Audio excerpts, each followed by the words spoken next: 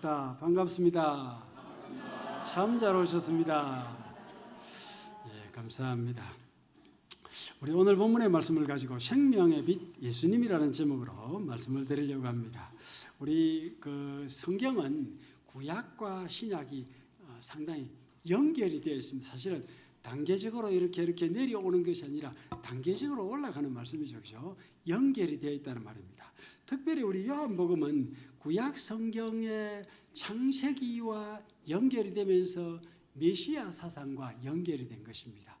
우리 구약 성경, 우리 성경을 말씀을 할 때 성경은 하나님의 말씀이요, 하나님의 말씀의 전체 주제가 예수 그리스도, 메시아 사상으로 연결되어 있다. 우리가 그렇게 설명하지 않습니까? 그런데 이제 우리 요한복음은 구약의 핵심 주제인 메시아 중심 신앙을 통하여 하나님의 백성에게 진정으로 주고 싶은 축복은 영생이다 하는 것을 설명하는 말씀이 바로 요한복음 말씀입니다. 자, 그러면은 본문은 영생을 어떻게 설명하는가? 우리 본문으로 한번 들어가 보겠습니다. 첫째, 생명의 빛은 예수님이 주신다. 우리 1절에서 4절 말씀을 다시 한번 읽어봅시다.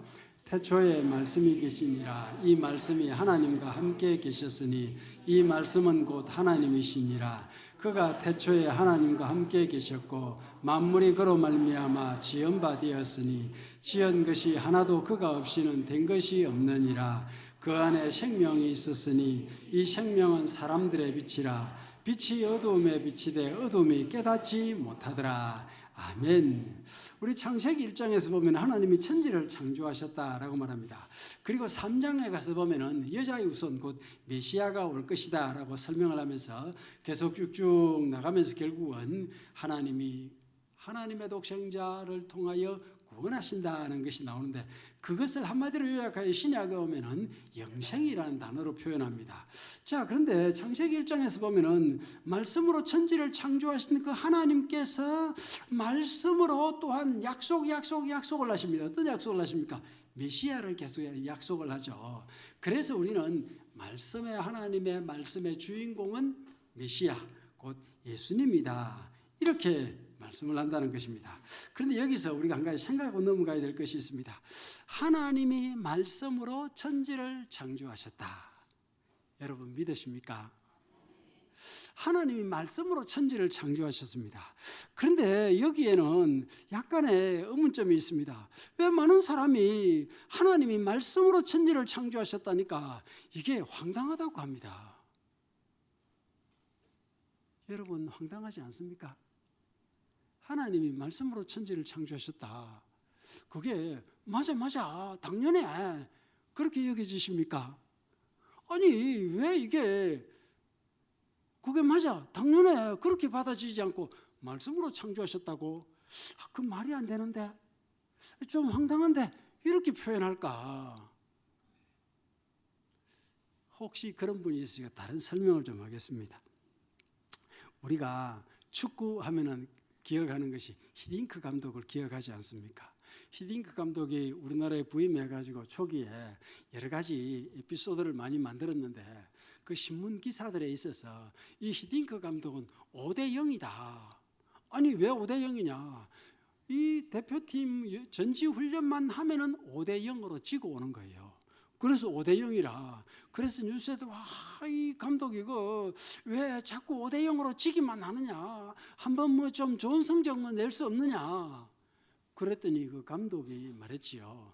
아니 여기에 연습 경기에서 이기는 게 그게 그렇게 중요하냐? 그 본 경기에 가서 이기는 것이 중요하지. 지금 많이 지고 그때 가서 이겨야지. 지금 많이 이기고 그때 가서 진다면 어떡해? 그러면서 계속하여 선수들을 독려하고 선수들을 훈련하고 했지요. 그런데 결국은 이 히딩크 감독의 그 지도력, 그 지휘, 그것을 통하여 놀라운 일을 이루지 않습니까? 최근에 그 며칠 전에 제가 TV를 보면서 우리 배구 선수 중에서 유명한 배구 선수 김연경 선수가 은퇴를 했다는 뉴스를 봤습니다. 그래도 뭐 제가 뭐 특별히 스포츠에 뭐 마음 두고 있는 사람이 아니니까 별로 관심이 없다가 최근에 뭐 유튜브에 딱 보는데 신인 감독 김연경 그래서 경기를 했답니다. 그게 궁금한 거예요.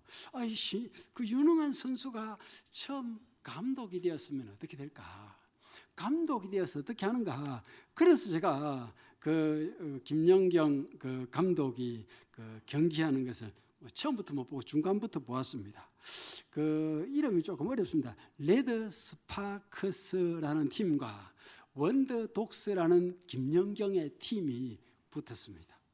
그래 보니까 제가 기억에 정확하지는 뭐 분명치는 않은데 한 11대 뭐 그 8인가 7인가 뭐 이렇게 지고 있었어요. 한 3점 4점 지고 있었습니다. 배구에 있어서 3점 4점이나 차이 난다는 것은 큰 차이잖아요. 그래서 이 신인 감독이 역시 초보라서 지는 모양이다. 그랬는데 카메라 감독이 앵글을 딱 김연경 감독에게 이렇게 쫙 비쳤는데 이 감독이 고민을 하는 거예요. 고개를 하늘 들고 이렇게 딱 쳐다보고 있다가 고민을 하다가 그 다음에 이제 그 작전 타임을 해가지고 선수들을 불러가지고 이렇게 하고 선수 교체를 딱 하는 거예요. 그리고 나서 새로 들어온 선수가 그 서브를 넣으면서 이제 한 점 먹고 이 새로운 선수가 뭐 되네. 그 다음에 한 점 또 얻고 뭐 이래가지고 역전을 하는 거예요. 제가 뭐 그 배구에 대해서 잘 몰라서 설명이 좀 미숙합니다, 그죠? 그런데 성도 여러분, 그 히딩크 감독이 말하면은 선수들이 이렇게 하다가 결국은 승리하고, 김연경 감독이 이렇게 말하고 뭐 하니까 되고, 다른 감독은 왜 잘 안 되고, 왜 히딩크는 되고, 왜 김연경은 되고, 다른 감독은 잘 안 됩니까? 히딩크 감독의 말은 어떤 말이겠습니까? 전략의 말이라는 말입니다. 선수들이 그냥 아무렇게 저래 그런 것이 아니고 그 속에는 전략이 있는 말을 합니다. 그 전략은 어디서 나왔습니까?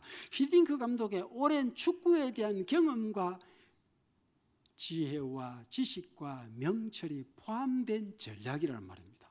그러니까 그 선수들이 그 말을 들으니까 경기가 되는 거예요.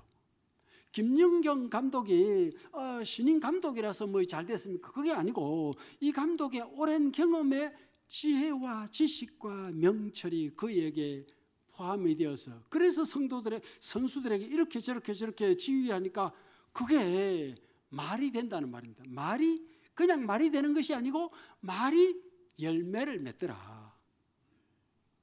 자, 그러면 우리 달리 한번 생각해 봅시다. 우리 하나님은 어떤 하나님입니까? 하나님은 말씀하시면 빛이 있으라 하시니 빛이 있었고, 궁창 위의 물과 궁창 아래 물이 나누어져라 하니까 나누어졌고, 바닷속에 있는 그 뭇은 드러나라고 하니까 뭇이 드러났습니다.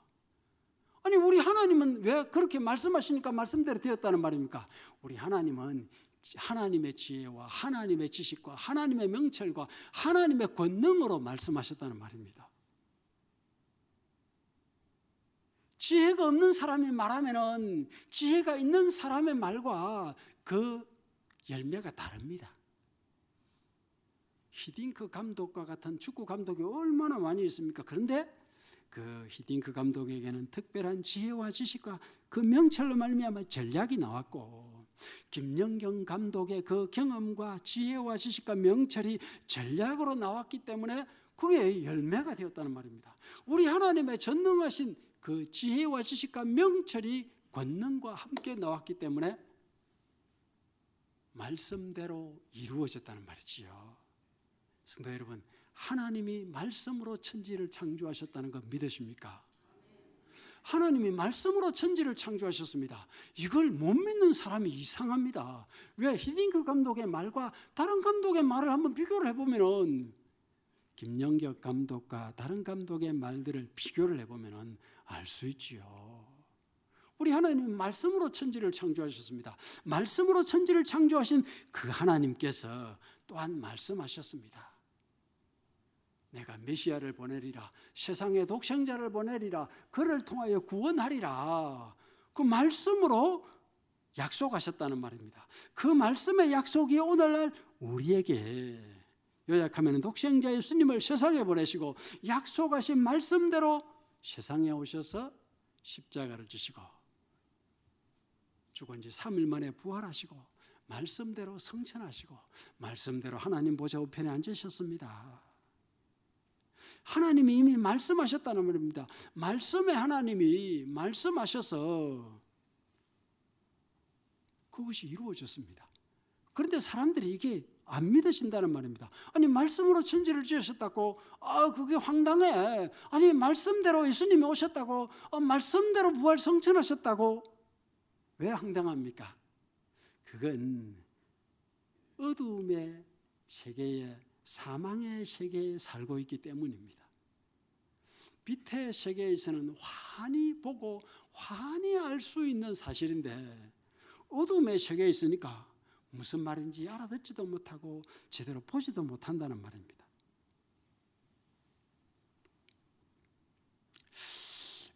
조금 엉뚱한 이야기를 하나 하겠습니다. 우리나라의 최초의 탈북자라는 명칭을 만들게 되었다고 하는 분이 이민복이라는 분입니다. 북한 풍선 보내기 운동 단장입니다. 이분은 본래 신분이 그 아버지가 남노당 활동을 하던 분입니다. 남한 공산당 활동하던 분이란 말이죠. 그래서 6.25를 거치면서 결국은 월북을 했습니다. 월북을 했는데 이제 남한 가족을 버리고 북한에 가족 다시 결혼을 해가지고 낳은 아들이 이민복입니다. 이분은 농업연구원이 있다고 합니다. 아버지도 충성스러운 공산주의자였지만도 본인도 수령님이라면 수령님을 위하여 이렇게 사는 분이었습니다. 그러다가 이 농업연구원이 남한은 배부르게 살고 쉽게 표현하면 북한은 굶주리고 살게 되니까 농업연구원들이 연구를 했답니다. 어떤 연구? 왜 북한과 남한을 한번 비교해보자. 남한의 통일비와 북한의 쌀과 비교를 해서 이 식량이 얼마나 나는가. 남한의 그 당시에 연구한 발표, 남한 연구소에서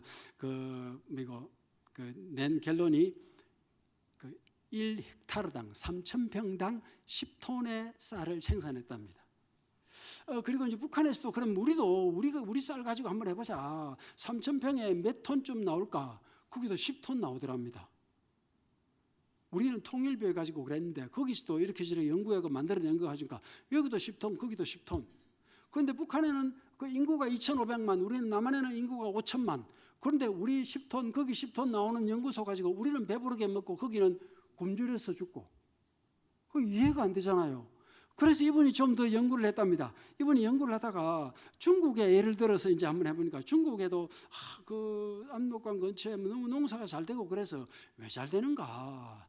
그렇게 하다가 중국처럼 한번 해보자. 그래서 연구소에서 한 헥타르는 집단 농장에게 너희들 여기서 농사 지어라. 그 다음에 중국처럼 여기는 이건 너 거야, 너 개인 거야. 이거는 네가 다 해가지고 네가 알아서 해가지고 네가 먹고 살아. 그렇게 해가지고 이제 추수를 했는데 협동농장에서는 1.5톤이 나오고 3,000평에서 개인 농장에서는 적게 나오면 5톤, 많이 나오면 7톤이 나오더랍니다. 이게 이렇게 차이 나니까 이 사람이 깜짝 놀랐습니다. 사실은 본래 그 후의 일입니다만은 또 남한에 와서 한번 농업연구소에 가서 이제 자기 물어보았답니다. 남한의 농부들은 그 연구소에서 10톤을 만들어내면은 농부들에게 그 씨앗을 주고 만들어내라면 얼마를 만들어내느냐 물었더니 남한 연구원들이 게으른 농부는 9톤을 만들고 조금 머리 쓰는 농부는 13톤을 만들어낸다. 연구소보다 훨씬 농민들이 더 똑똑하다는 거예요. 연구소에서 발견하지 못한 것도 농민들이 해결한다는 거예요. 그런데 북한에는 그게 하여튼 굶고 있으니까 이것을 가지고 어떻게 해보자. 그래서 연구소에서 북한의 연구소에서 10톤 나오는 것을 집단 농장에 주었더니 1.5톤 나오고 개인 농장에 주었더니 5톤에서 7톤이 나온다고. 그래서 기뻐서 우리 수령님이 밤낮으로 인민의 배부르게 이 밥을 먹이려고 하는데 우리 수령님께 이 기쁜 소식을 전해야 되겠다고 수령님께 1호 편지를 썼답니다. 자기 보고서, 연구 보고서를 쫙 올렸답니다. 수령님, 이렇게 하면 우리 인민이 굶지 않고 살 수 있습니다. 우리는 10톤 거 만들어가지고 대한민국의 쌀을 충분히 공급하잖아요. 그죠? 북한에도 5톤에서 7톤 되면 2,500만 원이니까 남지. 그랬는데, 그 다음에 그 위에서 내려오기를, 얘는 사상이 이상한 놈. 이렇게 나왔답니다. 아니, 그래서 이분이 이해가 안 되는 거예요. 내가 왜 사상이 이상해? 우리 수령님이 인민을 배부르게 먹이고 싶다고 해서 나는 그 연구를 해가지고 올렸는데 나보고 사상이 이상하다고. 이상하네, 이해가 안 되네, 이랬답니다. 참 연구 잘해야 되죠, 그죠? 그런데 이제 이해할 수 없어서 그러고 있다가 어느 날 철원으로 출장을 가서 남한의 삐라를 봤답니다. 남한의 삐라를 보니까 남한의 삐라에서 뭐라고 말하느냐, 북한이 남한으로 쳐들어왔다, 그 이야기가 써 있더랍니다. 그래서 이 사람이 그것을 보고는 이 남한 놈들 웃기네, 이런 거가 거짓말을 다 해, 말도 안 된다고 그랬습니다. 그러면서도 가만히 생각해 보니까 조금 전에 제가 처음에 이야기했던 거, 아니 우리 수령님이 인민 배부르게 하는 것이 소원이라고 해놔놓고 그 길을 가르쳐 드렸는데, 보고서 썼는데 나보고 수상한 놈이라고 했는데, 이게 우리는 배우기를 남한에서 쳐들어왔다고 했는데 북한에서 쳐들어왔다고. 그러니까 요게 조금 흔들리고 있는데 또 요게 또 오는데 자꾸 생각이 나는 거예요. 그래도 남한 놈들 거짓말하고 사기꾼이고 막 이렇게 하다가 어느 날 한번 그래도 한번 좀 뭐 이렇게 공부를 좀 더 해봐야 되겠다 뭐 이렇게 하다가 자기 연구소의 그 화부, 그 이제 그 뭐 보일러 공이 그 6.25 참전 용사라고 하더랍니다. 그래서 그럼 이 사람이 어떻게 전쟁을 했는지 물어봐야 되겠다.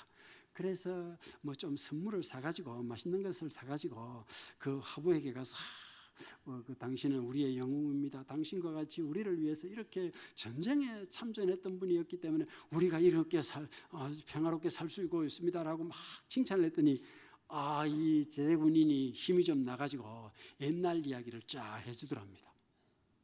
본래 자기는 중국의 팔로군이었는데, 조선족 팔로군이었는데 어디 가라, 전쟁에 이제 가라 해가지고 왔는데 북한에 왔다는 거예요. 그래 이제 전쟁을 딱 하는데 지금 앞에 백골부대가 있다. 백골부대가 있는데 그 백골부대는 남한에서 대단한 정예부대야. 그래서 긴장해야 돼. 그렇게 하면서 진군 명령을 내려서 딱 갔는데 전부 다 새벽에 와놓으니까 팬티 입고 자다가 막 벌떡 일어나 뛰어댕기더랍니다. 그래서 백골이고 뭐시고 소용없이 자기들이 이겼다고 그렇게 자랑을 하더랍니다. 그 이야기를 들으면서 이분이 어떤 생각을 했느냐, 첫째, 사상이 이상한 놈이라 소리 들었는데, 둘째, 삐라를 보았는데, 세 번째, 이 화부의 이야기를 듣고 나서 남침이 맞네. 그때 김일성이가 우리의 위대한 수령이 아니고 나쁜 놈이네, 이걸 깨달았다는 거예요. 자, 그런데 제가 왜 이 말씀을 드렸냐, 많은 사람이, 북한에 있는 사람은 세뇌에 익숙해져가지고 그게 정상인 줄 안다는 말입니다. 김일성이가 인민에게 배부르게 쌀밥 먹이기라고 막 날마다 떠들고 있는데 그게 진짜 소원은 그게 아니었다는 말입니다. 집단 농장에 가두어두고 꼼짝 못하게 하고 굶주리게 하고 그래야 내 말 잘 들을 거야, 그게 목적이었는데, 아니 이거 집단 농장이 아니고 개인 농사로 쫙 나눠주면은 우리가 다 배불리 먹게 살 수 있습니다. 그러면은 이거 공산주의 무너지잖아. 이 김일성주의 무너지잖아. 그건 너 이상한 놈이야. 그걸 깨달았다는 말입니다. 많은 사람들이 세뇌되면 모른다는 말입니다. 다시 말해서 이 세상의 문화에 익숙해져 있으면 이 세상의 문화가 정상인 줄 안다는 말입니다. 빛의 세계에 와보지 않으면 하나님의 말씀이 진리인 줄 모른다는 말입니다. 하나님이 말씀으로 천지를 창조하셨다. 그게 말이 돼? 그게 왜 말이 안 돼? 하나님이 독생자 예수님을 보내셔서 우리를 구원하신다고 하셨는데 그게 말이 돼? 그게 왜 말이 안 된다는 말입니까? 우리 예수님께서 빛의 세계와 어둠의 세계를 비유를 들어서 말씀하신 대표적인 것이 누가복음 16장이지요. 거지 나사로 비유. 예수님께서 비유로 말씀하신 중에서 실명을 거론하신 것은 여기가 유일하지요. 실명을 왜? 비유를 일반적인 비유인데 이게 실명을 거론하셨다는 말은 이게 진짜라는 말이지요. 한 부자가 살았습니다. 부자가 좋은 옷을 입고 날마다 잔치하면서 형제들과 잘 살았습니다. 그런데 그 집 앞에 거지가 있었습니다. 그는 병도 들었고 먹을 것도 없고, 그래서 그 거지가 그 부잣집에서 갖다 버리는 쓰레기 음식을 주워 먹고 살았습니다. 그러다가 이 부자가 죽었습니다. 나사로도 죽었습니다. 부자가 지옥에 갔습니다. 불 가운데서 고통 중에 있었습니다. 어느 날 고개를 들었더니 천국에 아브라함과 나사로가 있는 것을 보았습니다. 그래서 말했습니다. 아버지 아브라함이요, 그 나사로를 시켜서 물 한 방울 손가락 갖다 찍어 내 혀를 서늘하게 해주십시오. 내가 너무 고통스럽습니다. 얘야, 그런데 거기와 이곳은 오갈 수 없는 곳이란다. 아버지 아브라함이요, 그렇다면 세상에 내 형제 5이나 있습니다. 이 5에게 나사로를 보내어가지고 천국과 지옥이 있다는 것을 알려주십시오. 그러면 그들이 믿을 것입니다. 아브라함이 말했습니다. 세상에는 모세와 선지자들이 있다. 그들의 말을 들어야 되는 것이다. 이렇게 말했습니다. 이게 무슨 말씀이겠습니까? 세상에서 이렇게 저렇게 명예와 재물과 권력과 건강으로 성공을 하면은 그건 오픈게임 성공이고 본게임은 또 있다는 말입니다. 지금 성공은 잠시, 영원한 성공, 진짜 성공은 그 뒤에 있다는 말입니다. 천국에 있다는 말입니다. 그래서 천국 가게 되면 거지처럼 살아도 성공한 인생이고, 지옥 가면은 세상에서 온갖 부귀를 누려도 그 실패입니다. 여기는 짧은 생애지만도 저기는 영원한 생애이기 때문에, 성도 여러분, 예수님을 믿으면 생명을 얻고, 이 생명을 얻게 되면 빛과 어둠을 구분하게 되고, 의와 죄를 구분하게 되고, 천국 길과 지옥 길을 구분하게 되고, 분별력이 생기는 거죠. 그죠? 분별력이. 모르면 분별력이 생길 수 없지요. 이 어둠의 세계에 살면은 분별력이 약합니다. 세상의 문화 수준에서만 살기 때문에. 빛의 세계에 들어오게 되는 분별력이 생깁니다. 하나님의 자녀의 권세를 얻었기 때문에 분별한다는 말입니다. 달빛의 밝음도 있고 촛불의 밝음도 있고 햇빛의 밝음도 있죠. 그렇죠? 수준이 크게 다르죠. 그렇죠? 그래서 예수님을 믿고 하나님의 말씀을 받아 살아가는 자들의 빛의 수준도 이렇게 달라진다는 말이지요. 그러므로 성도 여러분, 예수님이 비치는 생명의 빛으로 하나님 사랑을 보고 하나님 나라 천국을 바라보시는 은혜가 있기를 예수님 이름으로 축원합니다. 두 번째로, 예수님을 영접 곧 믿음으로 영생에 이른다. 우리 12절 13절 말씀을 함께 읽겠습니다. 영접하는 자 곧 그 이름을 믿는 자들에게는 하나님의 자녀가 되는 권세를 주셨으니 이는 혈통으로나 육정으로나 사람의 뜻으로 나지 아니하고 오직 하나님께로부터 난 자들이니라. 아멘. 빛이신 예수님을 환영하는 것 자체가 놀라운 것이지만 이 예수님을 영접하는 것은 빛으로 눈이 밝아진 자들의 축복입니다. 요한이나 우리는 많은 사람에게 예수님을 알렸으나 믿지 않고 그들의 자신의 길을 계속 고집합니다. 그러나 주를 믿는 자는 하나님의 자녀가 되는 권세를 주신다고 하셨습니다. 하나님의 권세를 받았다는 말입니다. 어떻게? 예수님을 구주로 영접했기 때문에. 자, 우리 여기서 영접 기도를 우리 한번 하고 넘어갑시다. 우리 1년에 한 서너 번 우리가 영접 기도 하지요. 그죠? 영접 기도 옛날에 했지만 또 영접하고 더 영접하고 또 더 영접하는 신앙 되기를 우리 함께 기도하는 마음으로 우리 같이 읽겠습니다. 하나님, 나는 하나님을 알지 못하고 어두움과 죄 가운데 살았음을 회개합니다. 이제 나를 위해 대속 제물 되신 예수님을 믿고 빛 가운데서 하나님 말씀대로 살겠습니다. 예수님, 내 마음에 오셔서 내 삶의 주인 주인이 되소서. 예수님 이름으로 기도합니다. 아멘. 믿음으로 기도하셨습니까? 믿음으로 예수님을 영접하는 것과 영접하지 않는 것은 크게 다릅니다. 제가 다음에 기회가 있으면 우리 성도들에게 영접하는 것과 안 하는 것의 차이점, 예수님이 내 속에 계신 것과 안 계신 것을 좀 더 한번 말씀드리고 싶은데 수시로 말씀을 드리긴 했습니다만도 다음에 기회 있으면 이것만 한번 말씀드리고 싶습니다. 많은 사람들이 예수님을 구주로 영접하고 아니 내가 말만 좀 했잖아, 그게 실제가 돼? 그게 실제가 안 되는 것으로 오해하는 분들이 가끔 있어서 우리가 예수님 내 마음에 오셔서 내 삶의 주인이 되어 주십시오 하면 예수님이 우리의 말을 농담으로 받지 아니하신다는 말입니다. 농담으로 받지 아니하십니다. 진실로 영으로 그 마음에 와 계신, 자기와 마음에 와 계신 예수님을 알지 못하고 믿지 못하는 것은 아쉬운 거죠. 그죠? 예수님이 나와 함께 하십니다. 예수님이 우리와 함께 계십니다. 예수님이 내 마음에 계신다는 겁니다. 이건 믿으셔야 됩니다.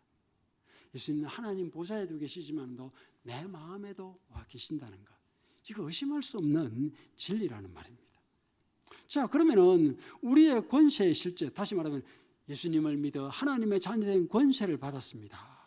하나님의 자녀된 권세를 받았다는 말입니다. 이 권세가 무엇이겠습니까? 이 권세는 우리는 생각합니다. 종종 세상에서 조금 마음껏 살아가는, 잘 사는 이런 것을 권세로 여기곤 합니다. 그래서 힘 좀 쓰는 그런 것을 또 축복으로 여기곤 합니다. 그런데 그 대부분 다 혈기입니다. 목소리 큰 것도 혈기고, 고집 센 것도 혈기고, 큰 소리 치는 것도 혈기고, 그거 땅에 속한 것이지 하늘에 속한 것이 아니라는 말입니다. 우리의 권세는 예수님 이름으로 어두움이 다시 나를 묶지 못하게 하는 권세입니다. 우리의 권세는 하나님 자녀답게 살 수 있는 권리요 권세라는 말입니다. 나 하나님의 자녀야, 너 나한테 덤비지 마. 누구? 죄와 마귀의 권세. 너 나한테 덤비지 마. 나 하나님의 자녀야. 네가 아무리 설쳐도 나는 너에게 유혹받지 않을 거야. 네가 아무리 유혹해도 나는 넘어가지 않을 거야. 이게 하나님의 자녀의 권세라는 말입니다. 저들이 속일지라도 나는 절대로 그거 안 할 거야. 특히 예수님을 믿는 믿음 곧 생명의 빛 가운데서 하나님을 아버지라 부르는 권리, 권세입니다. 답답하면은 나 혼자 해결할 수 없으니까 하나님 아버지 나 도와주십시오. 하나님 아버지 내가 답답합니다. 이게 자녀된 권리, 권세라는 말입니다. 옆집 아저씨에게는 이렇게 말하기가 어렵습니다. 말해도 들어주든 안 들어주든 그게 별 의미가 없습니다. 내 아버지는 나를 책임진다는 말입니다. 하나님 아버지, 하나님 아버지, 하나님 아버지. 그래서 예수님이 예수님 이름으로 아버지께 구하라. 그래야면 너희 기쁨이 충만하리라. 이게 우리의 자녀의 권세입니다. 하나님의 자녀의 권세라는 말입니다. 뿐만이 아닙니다. 우리가 예수님을 믿어 어둠의 세계에서 빛의 세계로 왔고, 사망의 세계에서 생명의 세계로 왔고, 죄의 세계에서 의의 세계로 왔지 않습니까? 그러니 예수님 이름으로 생명의 빛을 발하는, 다시 말하면 예수님 이름으로 사랑하고 섬기는 권리, 권세입니다. 우리가 예수님 이름으로 사랑하는 것 의무, 짐으로 여기는 경우가 종종 있습니다. 그렇죠? 아닙니다. 예수님 이름으로 우리가 힘쓸 수 있는, 사랑하고 섬기는 것은 우리에게 주신 권리, 권세입니다. 권리, 권세라는 말입니다. 이거 그냥 예사롭게 나 그 부담스러워 힘들어가 아니고 내게 주신 권리는 내가 행사하리라. 무엇으로? 사랑하고 섬김으로. 사랑하고 섬기는 권리, 권세라는 말입니다. 예수님 이름으로 사랑하고 섬기며 하나님을 향한 사랑을 나타내는 것이지요. 그래서 우리가 하나님을 향한 사랑 곧 예배나 말씀이나 기도나 사랑의 섬김의 씨름을 하는 것은 하나님이 주신 우리의 축복이다. 이건 축복이라는 말입니다. 무엇과 바꿀 수 없는 하나님의 자녀의 권세라는 말입니다. 우리 옆 사람을 향하여 우리 한번 축복합시다. 권리를 잊지 마십시오. 권리를 잊지 마십시오. 우리에게 주신 권리요 권세입니다. 무엇이? 예수님 이름으로 사랑하고 섬기는 것. 말씀을 맺겠습니다. 그러므로 하나님 말씀의 주인공 예수님은 생명의 빛을 비추어 하나님 자녀 권세를 주셨음을 감사합시다. 하나님 자녀의 권세를 받았으니 세상의 유혹마다 내가 하나님의 자녀임을 선언하고 나가라고 떠나라고 명령합시다. 말씀과 성령님을 의지하여 예수님 생명의 빛으로 연습하고 훈련하고 빛의 세계에 더욱더 익숙해지는 우리 모든 성도 되시기를 예수님 이름으로 축원합니다.